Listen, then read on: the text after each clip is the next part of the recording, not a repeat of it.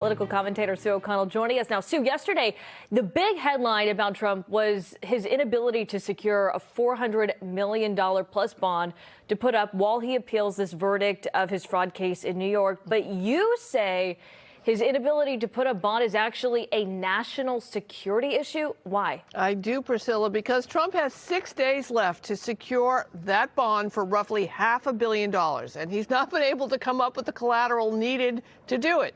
So what could he do? Well, he could approach a wealthy supporter for a loan.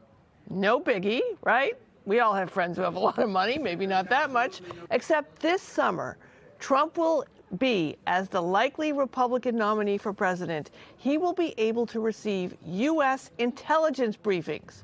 And some intelligence officials have already expressed concerns that sharing top secret data with a candidate who's facing criminal charges related to the mishandling of classified documents, already a bad idea.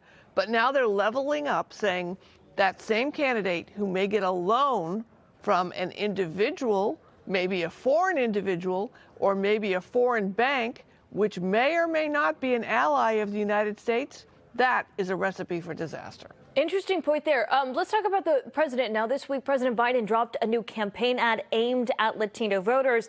The ad mentions nothing about immigration or the border. It's all about health care and abortion.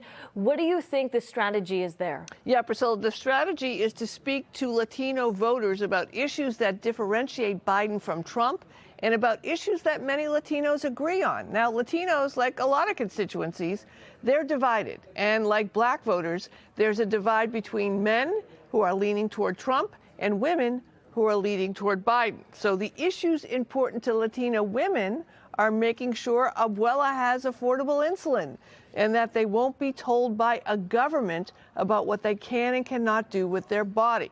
Now, Latino voters make up a slice of the voter pie in very important swing states like Nevada, Arizona, and Florida. And in order for Biden to win the presidency, he has got to win the Latino vote. So look for more ads and messages like these. All right, well, let's talk no labels here. The group says there's clear interest among voters for an option other than Biden or Trump. Polls certainly show this, but no labels hasn't been able to find someone to say yes on their platform. Most recently, Nikki Haley turned them down. And if all the polls say there's this desire among voters for someone new, why is no labels having such a hard time finding a candidate here? Yeah, Priscilla, because although regular voters, like many here in Massachusetts, go into a polling station and pull the lever for Republican Governor Charlie Baker and then pull the lever for Democratic Senator Elizabeth Warren, putting an actual ticket together of Republicans and Democrats is too hard because there are different parties because they believe in different values and agendas. Just think about it. Here are some names that have been bandied about. Can you imagine a presidential ticket with former Representative Liz Cheney and former Massachusetts Governor Deval Patrick? Well, while a voter might find a reason to vote for each of them individually, what would their agenda look like? They agree on almost nothing. So no labels has a ton of money in the bank, but they don't have any candidates to spend it on. I'm just waiting for them to call me, Priscilla, to see if I want to be on the ticket. We'll see. You let us know if your phone ends up ringing, Sue. I will. Thanks, Priscilla. All right. Thank you. Now, you at home, you can catch Sue and our political team every Sunday morning for At Issue right here on NBC10 Boston. It airs at 11:30 immediately following Meet the Press. I wonder who her campaign manager would be. Probably you.